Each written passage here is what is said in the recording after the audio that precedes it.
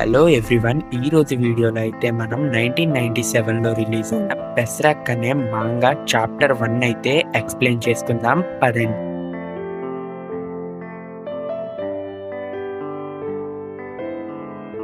ఈ బెస్రాక్ అనేది జపనీస్ మాంగాలోనే one of the greatest art work. ఇది రివెంజ్ అండ్ వైలెన్స్ చుట్టూ డార్క్ థీమ్స్తో తిరిగే ఒక మాంగా.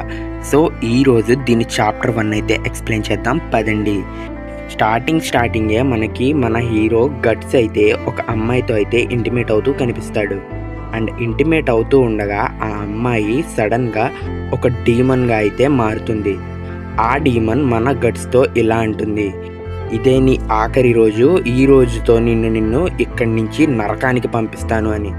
అయినా సరే గట్స్ ఆగకుండా తనతో ఇంటిమేట్ అవుతూ నరకానికి వెళ్ళేది నేను కాదు నువ్వు అని చెప్పి తన హ్యాండ్స్ని ఆ మాన్స్టర్ నోట్లో పెట్టి తన మెకానికల్ హ్యాండ్తో ఆ మాన్స్టర్ నోటినైతే పేల్చేసి తనని చంపేసి అక్కడి నుంచి అయితే బయలుదేరతాడు.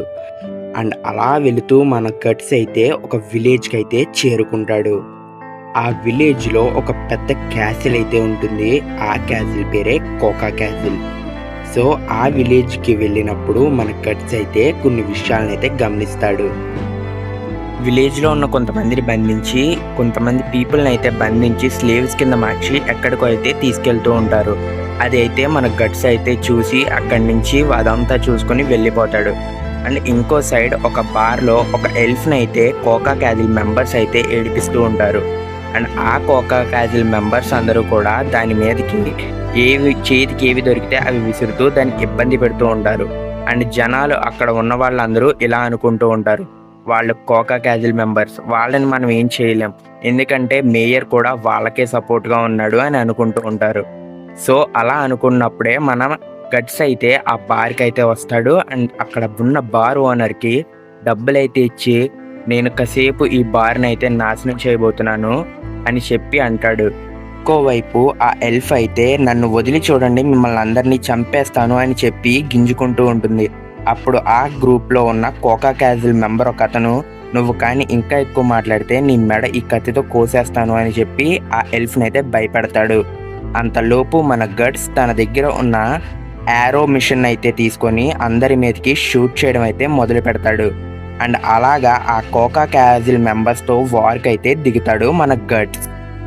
అప్పుడే మన గట్స్ అటాక్ చేయడం స్టార్ట్ చేస్తాడు. ఆ టీం మెంబర్స్ యొక్క లీడరు ముక్కులోకి బాణాన్ని దించి ఆ బాణాన్ని అయితే తిప్పుతూ ఉంటాడు.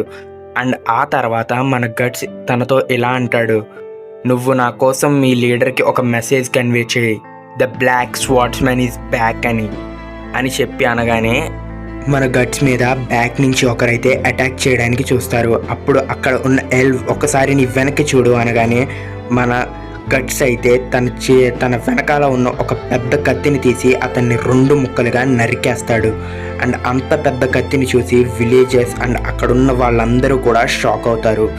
ఆ కత్తి చూడడానికి తనకన్నా పెద్దగా ఉంటుంది, అంత పెద్ద కత్తిని ఎలా క్యారీ చేస్తున్నాడో అని అనుకుంటూ ఉంటారు. అప్పుడు మన గట్స్ ఆ లీడర్తో, నేను నిన్ను నమ్ముతున్నాను, నేను చెప్పింది నువ్వు మీ లీడర్కి చెప్తావని అని చెప్పి అక్కడి నుంచి వెళ్ళిపోవడానికైతే స్టార్ట్ అవుతాడు. తనతో పాటు ఆ ఎలువ్ కూడా ఆ తాళ్ళని తెంచుకొని అక్కడి నుంచి ఆ ఎలువ్ కూడా మన గట్స్తో అయితే వచ్చేస్తుంది. అండ్ మన గట్స్ వెనకాతలై వెళ్తూ ఇలా అంటుంది, హే నువ్వు నన్ను వదిలేసి అలా ఎలా వెళ్ళిపోతున్నావు, అయినా కాపాడిన తర్వాత పేరు చెప్పాలన్న మినిమం మ్యానర్స్ కూడా లేదా నీకు అని అంటుంది. అలా నేను మా ట్రూప్తో ఇక్కడ స్ట్రీట్ పర్ఫార్మెన్సెస్ చేసేదాన్ని, అలా పర్ఫామ్ చేస్తుండగా మా ట్రూప్ మొత్తాన్ని బంధించేశారు వీళ్ళు. అలాగే నన్ను ఆ బోనులో బంధించి నేను బ్రతికున్నానంటే ఇంకా అది ఆశ్చర్యమే. అలాగే నా పేరు చెప్పడం మర్చిపోయాను, నా పేరు పంక్ అని చెప్పి ఆ ఎల్వ్ అయితే తనని పరిచయం చేసుకుంటుంది. అలాగే నువ్వు ఇంత దూరం చేసి ఇంకా ఇక్కడ ఉన్నావా, నేను నీ స్థానంలో ఉంటే ఎప్పుడో ఈ విలేజ్ వదిలేసి వెళ్ళిపోయేదాన్ని. నువ్వు ఇప్పుడు కోకా క్యాజిల్లో ఉన్న వాళ్ళనే కాదు, మేయర్ అండ్ మన ఈ విలేజ్ గార్డ్స్ని కూడా రెచ్చగొట్టావు. ఎందుకంటే మన మేయర్ ఆ కోకా క్యాజిల్ యొక్క లీడర్తో ఒప్పందం చేసుకున్నాడు. ఇప్పుడు వాళ్ళు కూడా నీ కోసం వెతుక్కుంటూ నీ దగ్గరికి వస్తారు అని చెప్పి ఆ ఎల్వ్ అయితే మన గట్స్తో అయితే చెప్తుంది.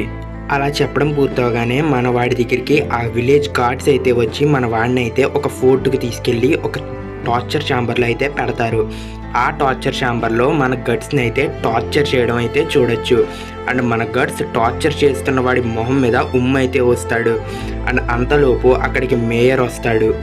అక్కడికి వచ్చిన మేయర్ ఇప్పటికీ వీడిని ఇబ్బంది పెట్టింది చాలు అని అనగానే అక్కడ ఉన్న టార్చర్ చేసేవాడు ఇలా అంటాడు, మై లార్డ్, వీడి దగ్గర ఇన్ని ఆయుధాలు ఉన్నాయంటే వీడు ఏకంగా వాడి యుద్ధాన్ని మొదలుపెట్టి అన్ని ఆయుధాలు వీడు క్యారీ చేసుకొని తిరుగుతున్నాడు.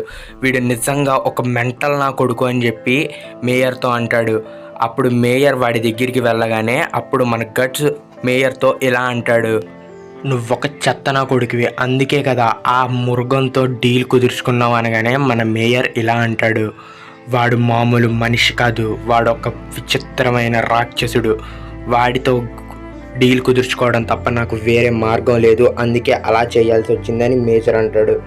అయినా నీలా ఊరి మీద పడి పని పాట లేకుండా తిరిగి అందరి దగ్గర డబ్బులు కొట్టేసే వాడికి ఇదంతా చెప్పిన అర్థం కాదు అని అంటాడు. అండ్ అక్కడ టార్చర్ చేసేవాడితో మేయర్ ఇలా అంటాడు, వీడిని ఎంత కావాలంటే అంత టార్చర్ చేయండి, కానీ చంపకండి, వీడిని బతికుండగానే ఆ కోకా క్యాజిల్ వాళ్ళకి అప్పచెప్పేద్దామని చెప్పి మేయర్ అయితే అంటాడు. ఇంకప్పుడు మేయర్ కోకా క్యాజిల్కి అయితే బయలుదేరతాడు. అండ్ ఇంకోవైపు మన గట్స్ ముందైతే ముక్కులో పొడిచిన ఆ లీడర్ అయితే మన కోకో క్యాజిల్ లీడర్ దగ్గరికి వెళ్ళి, బ్లాక్ స్వార్డ్ మ్యాన్ అనేవాడు వచ్చాడు అండ్ మన వాళ్ళలో సగం మందిని చంపేశాడు, వాడి చేతిలో ఒక భయంకరమైన కత్తి ఉంది, ఆ కత్తితో మన వాడిని 2 కింద చీల్చేశాడు అని చెప్తాడు. అండ్ ఇంకోవైపు ఒక సోల్జర్ వచ్చి ఇలా చెప్తాడు, మిమ్మల్ని కలవడానికి మేయర్ వచ్చాడు సార్, అతను మీకోసం బయట గేట్ దగ్గర ఎదురు చూస్తున్నాడని. అప్పుడు అతను ఇలా అంటాడు, వాడిని లోపలికి పంపు అని. అప్పుడు మన వాడు డిన్నర్ చేస్తూ ఉంటాడు.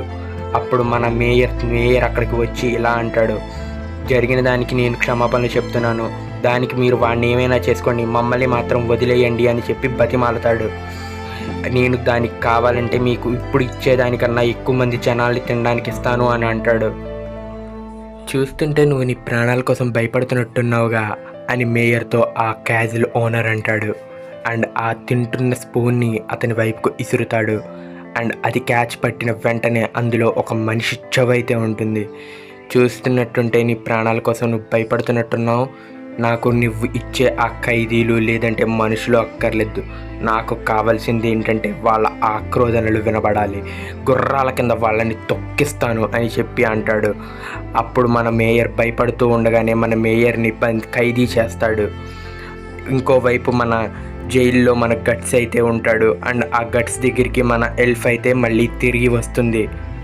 ఆ ఎల్ఫ్ వచ్చేటప్పటికి మన గట్స్ ఒళ్ళంతా గాయాలతో ఉంటాడు. అండ్ ఆ ఎల్ఫ్ తనతో పాటు ఆ ఛాంబర్ యొక్క కీస్ని అయితే తీసుకొని వస్తుంది. అండ్ ఆ ఎల్ఫ్ తనకున్న మ్యాజికల్ పవర్స్తో తన వూండ్స్ని అయితే హీల్ చేస్తుంది. తను చెప్తుంది, మాకు ఇలాంటి మ్యాజికల్ పవర్స్ ఉన్నాయి, మేము దేన్నైనా హీల్ చేయగలం అండ్ హ్యూమన్ ఎమోషన్స్ని సెన్స్ చేయగలం, అలాగే మేము హ్యాపీనెస్ని కూడా ఇవ్వగలము అని చెప్పి ఆ ఎల్ఫ్ అయితే చెప్తుంది. అసలు నీ పేరేంటి, అసలు నువ్వు ఇక్కడ ఎందుకున్నావు, అసలు నువ్వు ఈ ప్రాంతానికి ఎందుకు వచ్చావు అని అడుగుతుంది. అప్పుడు మన వాడు నా పేరు గట్స్ అని చెప్తాడు. అండ్ ఆ తర్వాత తను ఇలా అడుగుతుంది, అసలు నీ మెడ మీద ఉన్న ఆ గుర్తేంటి అని అడిగితే మన గట్స్ ఇలా అంటాడు, అది ఒక బ్రాండ్ ఏంటి అంటే అది నీకు త్వరలోనే తెలుస్తుంది, వాళ్ళు వచ్చి ఊరిని మొత్తం తగలబెట్టేసిన తర్వాత నీకే అది తెలుస్తుంది అని చెప్పి మన గట్స్ అంటాడు. ఊరి ప్రజల్ని మొత్తాన్ని ఇందులోకి లాగుతున్నావా, నీ పంతం కోసం వాళ్ళని చంపబోతున్నావా, అయినా సరే నేను నీ దగ్గర ఒక స్ట్రాంగ్ రేజ్ని అయితే ఫీల్ అవుతున్నాను, నీలో అన్ని రకాల ఎమోషన్స్ కలిసినాయని తెలుస్తుంది, అసలు నువ్వు ఎందుకు ఇలా చేస్తున్నావు, అయినా నువ్వు నన్ను అక్కడ ఎందుకు కాపాడావు, నేను నిన్ను కాపాడానా, నీలాంటి ఒక చిన్న ఎలువని కాపాడడానికి ఎవడైనా సరే ఎందుకు రిస్క్ చేస్తాడు అని చెప్పి మన గట్స్ అయితే నవ్వుతాడు. అప్పుడు మన ఎలు కోపగిచ్చుకొని అక్కడి నుంచి అయితే వెళ్ళిపోతుంది. అండ్ అప్పుడే మన గట్స్ నెక్ మీద ఉన్న సింబల్ అయితే బ్లీడ్ అవుతూ ఉంటుంది. ఆ బ్లడ్ని తన ఫింగర్స్తో తీసుకొని లిక్ చేసి I have been waiting for you అని చెప్పి మన గట్స్ అంటాడు. అండ్ ఇంకోవైపు కోకా క్యాజిల్ ఆర్మీ మొత్తం ఊరి మీద పడి ఊర్లో ఉన్న పిల్లల్ని పెద్దల్ని అందరినీ చంపేస్తూ ఉంటారు, దొరికిన వాళ్ళని దొరికినట్టు నరుకుతూ ఉంటారు. అండ్ అప్పుడే అక్కడ మన ఫేరీ అయితే వాళ్ళందరినీ చూస్తూ భయపడుతూ ఉంటుంది. అండ్ అప్పుడు ఆ క్రాప్స్ మధ్యలో అంటే ఆ శవాల గుట్ట మధ్యలో నుంచి మన గట్స్ అయితే లేచి ఒక్కొక్కడిని చంపడం అయితే మొదలు పెడతాడు. తన కత్తితో నరికితే ఒకేసారి గుర్రం అండ్ మనిషి ఇద్దరి తలలు తెగిపడతాయి. అంత దారుణంగా యుద్ధం చేస్తాడు. అలాగే కోకా క్యాజిల్ లీడర్ మీదకి బాణాలు విసిరి వాడిని కింద పడేలా చేస్తాడు. అండ్ ఆ డంజన్లోకి వెళ్ళిపోయిన తర్వాత ఆ కోకా క్యాజిల్ లీడర్ ఒక మాన్స్టర్ క్రియేచర్లా మారి మన వాడి మీదకి దారుణంగా అటాక్ చేస్తాడు. మన గట్స్ని చితక్ కొడతాడు. రక్తాలు కారేలా కొట్టిన తర్వాత మన గట్స్ చనిపోయే స్థితిలోకి వస్తాడు. అప్పుడు ఆ కోకా క్యాజిల్ లీడర్ మన వాడి దగ్గరికి వచ్చి వాడిని పట్టుకుంటాడు. అప్పుడు గట్స్ తన మెకానికల్ హ్యాండ్తో బాంబ్ బ్లాస్ట్ చేసి తననైతే కింద పడేలా చేస్తాడు. అలా కింద పడుతూ ఉండగానే తన కత్తిని తీసి దాన్ని 2 ముక్కల కింద నరికేస్తాడు. అలా నరికేసి నీకు ఆ గాడ్ హ్యాండ్స్ ఎక్కడున్నారో తెలుసా అని అడుగుతాడు. నాకు నిజంగా తెలీదు, నన్ను కాపాడండి అని చెప్పి ఆ క్రియేచర్ ఏడుస్తూ ఉంటుంది. అప్పుడు మన గట్స్ అయితే ఆ శవాల మీద నుంచి నడుచుకుంటూ వెళ్ళిపోతాడు. అప్పుడు మన ఎల్ఫ్ అయితే ఇలా అంటుంది, బెస్రాక్ అని చెప్పి అంటుంది. సో ఇలా ఈ బెస్రాక్ చాప్టర్ 1 అయితే ఎండ్ అవుతుంది. ఈ వీడియో కనుక చాప్టర్ 2 మీకు కనుక కావాలంటే ఇప్పుడే మన ఛానల్ని సబ్స్క్రైబ్ చేసి ఈ వీడియోని లైక్ చేసి ఈ వీడియోని అయితే షేర్ చేయండి. So until then take care, bye bye.